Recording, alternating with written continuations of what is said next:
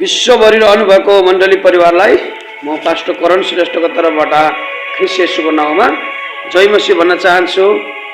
नेपालको तनहुँ जिल्ला दमौली एन्टियोक चर्चबाट तपाईहरुको बीचमा न्यानो अभिवादन र परमेश्वरको वचन लिएर उपस्थित हुनु पाएको छु। र मैले आज तपाईहरुको बीचमा पवित्र आत्माको बारेमा परमेश्वरको वचनबाट आज सारा संसारभरि नै आज सारा विश्वभरि आज शरीरमा चल्ने धेरै छ, संसारमा चल्ने, आफ्नो इच्छामा चल्ने, संसारको धेरै कुरामा धेरै मानिसहरू शरीरको कुरामा चल्ने धेरै छ, तर आत्मामा चल्ने, वचनमा चल्ने, यीशुको नाम लिएर अगाडि बढ्ने अनि त्यो पवित्र आत्मा चाहिँ तपाईँ र मलाई दिनुभएको छ। सारा संसारको मान्छेलाई दिएको छैन, तपाईँ र मलाई दिनुभएको छ। मण्डली परिवार पवित्र आत्मा तपाईँ र मसँग हुनुहुन्छ। उहाँले भन्नुभयो म कहिले टुरा छैन मण्डली परिवार तपाईँ र मलाई पवित्र आत्मा दिनुभएको छ। अनि उहाँले वचन गर्नुभएको छ पवित्र आत्मालाई ननिभाओ। पहिलो तेस्सलोनी 5:19 अनुसार उहाँको वचन परमेश्वरको वचनमा पवित्र आत्मालाई ननिभाओ भनेको छ। अनि पवित्र आत्मा चाहिँ हाम्रो सल्लाहकार बनेर आज पवित्र आत्मा यूहन्ना 14:26 अनुसार पवित्र आत्मा हाम्रो सल्लाहकार हुनुहुन्छ। अनि त्यो पवित्र आत्मा चाहिँ तपाईँ र मसँग हुनुहुन्छ। जसरी येशूसँग हुनुहुन्थ्यो, चेलाहरूसँग थिए, प्रेरितहरूसँग थिए, ती प्रभुको दासहरूसँग थिए, तपाईँ र मसँग पनि पवित्र आत्मा हुनुहुन्छ। जब तिमीहरूमा पवित्र आत्मा आउनु भएपछि तिमीहरूमा शक्ति पाउनेछौ। यरुसलेममा सारा यहुदियामा, सामरियामा र पृथ्वीको पल्लो छेउसम्म पुग्नेछौ, साक्षी र गवाही बन्नेछौ पवित्र आत्माद्वारा। हालेलुया। पवित्र आत्मा चाहिँ आज तपाईँ र मद्वारा यीशुको साक्षी गवाही दिनलाई, मानिसहरूलाई पापबाट स्वतन्त्र गराउनको लागि, संसारको पापको बन्धनबाट छुटकारा दिनलाई, अन्धकारबाट ज्योतिमा ल्याउनलाई पवित्र आत्मा तपाईँ र मलाई दिनुभएको छ। र हामी आत्मामा जन्मिनु पर्नेछ, आत्मामा। अनि यो शरीर चाहिँ मन्दिर चाहिँ परमेश्वरको मन्दिर हो। पहिलो कोरिन्थी 3:16-17 भन्दछ पवित्र आत्माको मन्दिर यो शरीर हो। उहाँको आफ्नो एकलौते पुत्र यीशुको नाउँद्वारा मोल तिरेर किनिएको हो। तपाईँ र म मोल तिरेर, पहिलो कोरिन्थी 6:19-20 भन्दछ परमेश्वरको वचनले हामी मोल तिरेर किनिएको। त्यो सिद्धमा पाएको अनुग्रह चाहिँ आज व्यर्थमा जानु हुँदैन। परमेश्वरले दिनुभएको अर्थपूर्ण जीवन छ। जब पावल प्रेरित पवित्र आत्माले भरिपूर्ण भए, प्रेरित पत्रुस पनि आज पवित्र आत्माले भरिपूर्ण भए, र धेरै प्रेरितहरू, धेरै चेलाहरू आज पवित्र आत्माले भरिपूर्ण भएपछि सबैलाई जागृति भएको छ। अझै धेरै फैलिँदै गएको छ, वृद्धि हुँदै गएको छ। मण्डलीमा शान्ति भयो, मण्डलीमा आशिषहरू आउन थाल्यो। किनभने पवित्र आत्माले अब संसारको कुरालाई होइन, माथिको कुरालाई, अनन्तको कुरालाई, स्वर्गको राज्यको कुराहरूलाई, किनभने पवित्र आत्मा तपाईँ र मलाई बैना दिनुभएको छ। बैना मात्रै होइन, पवित्र आत्माको छाप लगाइएको छ। पवित्र आत्माको छाप लगाइएको छ। हालेलुया। त्यसैले पवित्र आत्मा चाहिँ उहाँले आज अचम्मको काम, आश्चर्य काम, अनि उहाँले स्वर्गको अन्य भाषाहरू, अगमबाडीहरू, पवित्र आत्माले सुसमाचार कुराहरू, पवित्र आत्माले आराधना गर्ने कुराहरू, अनि जोसँग वचन छन्, वचन हृदयमा वचन, परमेश्वरको वचन, त्यो वचन हुने पनि आज पवित्र आत्मामा चल्ने व्यक्तिहरू हो। परमेश्वरको अति नै प्रियहरू आज जो भित्र परमेश्वरको वचनको आधारमा जिउँदै हुनुहुन्छ, त्यो पनि पवित्र आत्माको परमेश्वरले आज आत्माद्वारा चल्ने। अनि पवित्र आत्माले जहिले पनि हरेक व्यक्तिलाई, मानिसलाई आज परिवर्तन भएको देख्न चाहनुहुन्छ। ख्रीष्टमा परिवर्तन भएको देख्न चाहनुहुन्छ पवित्र आत्माले। अनि पवित्र आत्माले हाम्रो मनमा आनन्द ल्याउनुहुन्छ, हाम्रो हृदयमा शान्ति ल्याउनुहुन्छ। पवित्र आत्माले त्यो अद्भुत मिराकल, नसोचेको, नचिताएको, नदेखेको कुराहरू पवित्र आत्माले तपाईँ र मेरो जीवनद्वारा काम गर्नुहुन्छ। किनभने हाम्रो पवित्र आत्मा चाहिँ आज सुन्नुहोस्, आउनुहोस्, महसुस गर्नुहोस् मात्रै होइन, आज म भित्र बास गर्नुभएको छ। सुन्नुहोस्, आउनुहोस् अनि महसुस गर्ने मात्रै होइन, प्रिय तपाईँ र म भित्र बास गर्नुभएको छ। काम गर्न दिनुहोस् पवित्र आत्मा।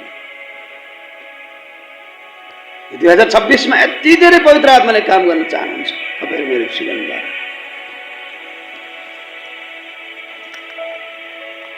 प्रेरितको पुस्तकको जति पनि यहाँ 28 अध्यायसम्म 1 अध्यायदेखि 28 अध्याय प्रेरितको पुस्तकमा थुप्रै प्रेरितहरूलाई थुप्रै प्रभुको दासहरूलाई आज पवित्र आत्माद्वारा मण्डलीमा शान्ति र आशिषहरू आनन्दहरू छुटकाराहरू पवित्र आत्माद्वारा आज टोटली स्वतन्त्र भएको छ सबै बन्धनबाट सबै पापबाट। अनि तपाईहरुमा सेवकाई पनि आज जति पनि मिसन चलाउने मण्डली चलाउने पवित्र आत्माको अगुवाई र प्रेरणाद्वारा चलाइराख्नु भएको छ। प्रज्वलित भएर अगाडि बढ्दै जानु जुन वरदान प्रभुले दिनुभएको जुन बोलावट दिनुभयो त्यसमा प्रज्वलित भएर अगाडि बढ्दै जानु किन पवित्र आत्माले दोष दिँदैन। जहिले पनि पवित्र आत्माले जोड्ने काम गर्छ, पवित्र आत्माले जागृति ल्याउने काम गर्छ। जसरी पछाडि बेलुम देख्दैनस्, बेलुम त सुकेर जान्छ, फुटेर पनि जान्छ। कहिले कहिले मण्डली शैतानले तोड्न चाहन्छ, फुटाउन चाहन्छ, तर पवित्र आत्माले जोड्न चाहन्छ। येशूसँग येशूसँग जोड्न चाहनुहुन्छ। जहिले पनि पवित्र आत्माले मेलमिलापमा ल्याउनुहुन्छ, एकतामा ल्याउनुहुन्छ, उहाँको प्रेममा राख्नुहुन्छ।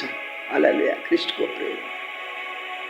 पवित्र आत्माले आज हामी सबैलाई गलाती 5:25 पद अनुसार आत्मामा चल्नुपर्छ, वचनमा रहने वचनमा रहनुपर्छ, आराधना गर्ने आराधना गर्दै जानु, सुसमाचार सुनाउनुले सुसमाचार पवित्र आत्माले अझै पृथ्वीको पल्लो सब पुगोस्। मिसनहरू चलाउनुले जति पनि आज मण्डली स्थापना गर्ने मिसनहरू छ, प्रेरितहरू छ, ती परमेश्वरको राज्यमा अगाडि बढ्दै जानुहोस्। मानिस कुरा सुनेर सेवकाई नरोक्नुहोस्। जति पनि अगमबाडी बोल्ने प्रभुको दासहरू अगमवक्ताहरू हुनुहुन्छ, प्रभुको धेरै अगमवक्ताहरू प्रभुले दिनुभएको त्यो स्वर्गको कुराहरूलाई तपाईँलाई परमेश्वरको मानिसहरूको बिचमा लगाउनु पर्छ। तपाईँ बोल्दै जानुहोस्, नडराउनुहोस्, बोल्दै जानुहोस्।